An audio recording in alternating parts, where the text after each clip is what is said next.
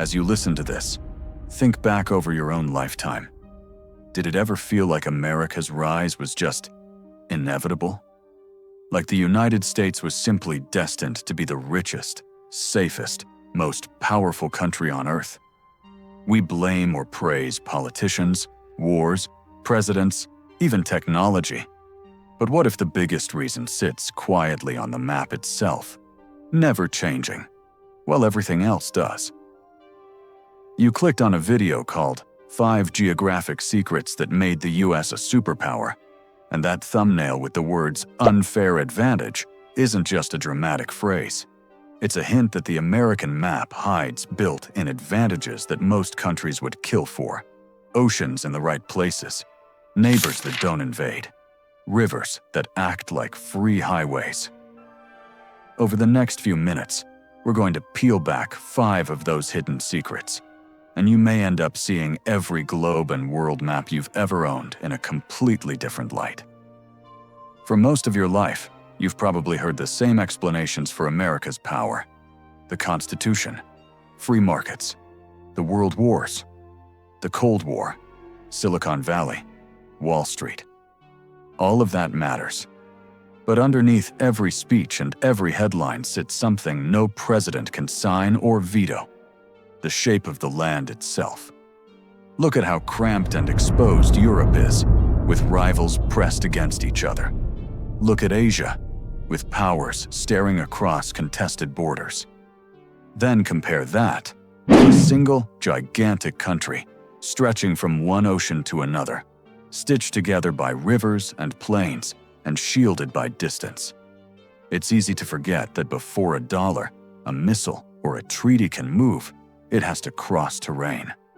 Geography quietly decides what's easy, what's hard, and who starts the race already ahead. And once you see how the US map is stacked, our first secret becomes almost impossible to unsee. Start with something you felt your whole life, but maybe never named: the Atlantic to the east, the Pacific to the west. For centuries, those weren't just pretty coastlines. They were time and distance, 2 of the best defenses any country can have. While European powers were being invaded across land again and again, the US rarely had to fear foreign armies marching toward its major cities. Add to that only 2 land neighbors: Canada, a fellow stable democracy, and Mexico, poorer and weaker, but not an existential enemy. This combination let America focus inward, building factories, railroads, schools, while others rebuilt from rubble. But here's the unsettling part.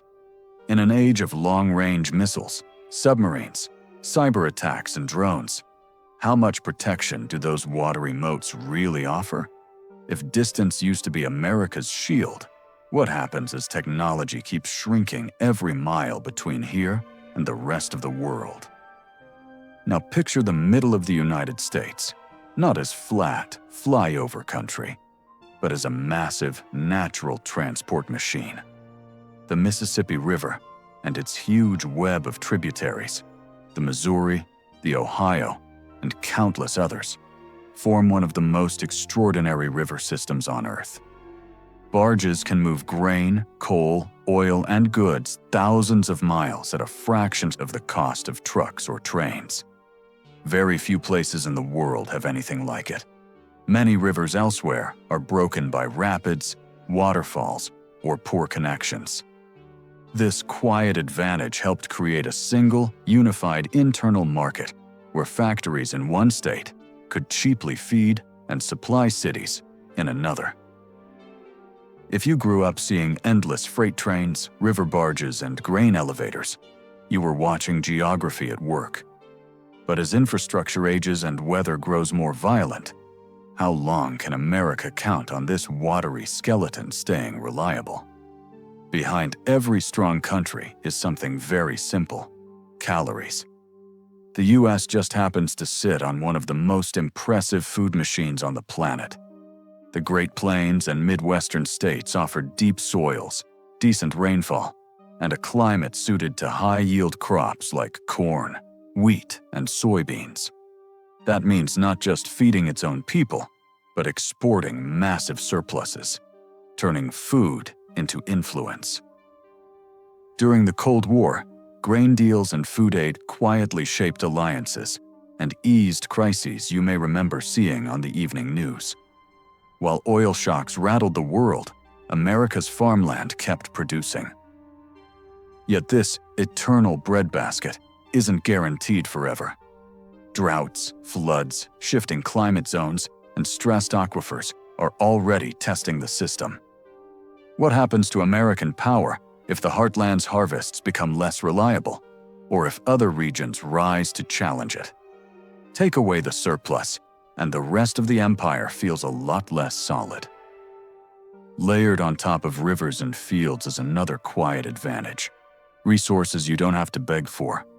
Coal in Appalachia, oil and gas in Texas and the Gulf, minerals scattered across the interior, most of it inside safe borders, protected from foreign armies. Compare that to countries that must import their energy through fragile sea lanes or neighbors they don't trust. Then look at the coasts themselves. The United States enjoys long stretches of usable shoreline with deep natural harbors. New York, Norfolk, Houston, New Orleans, Los Angeles, Seattle. Perfect for trade and for a blue water navy that can reach almost anywhere. If you remember when Made in USA stamped steel, cars, and ships, that was geography feeding industry. But rivals are adapting. China builds ports abroad and warships at home. Others invest in pipelines and rail. If the oceans become contested rather than open, does America's coastal blessing turn into a vulnerability?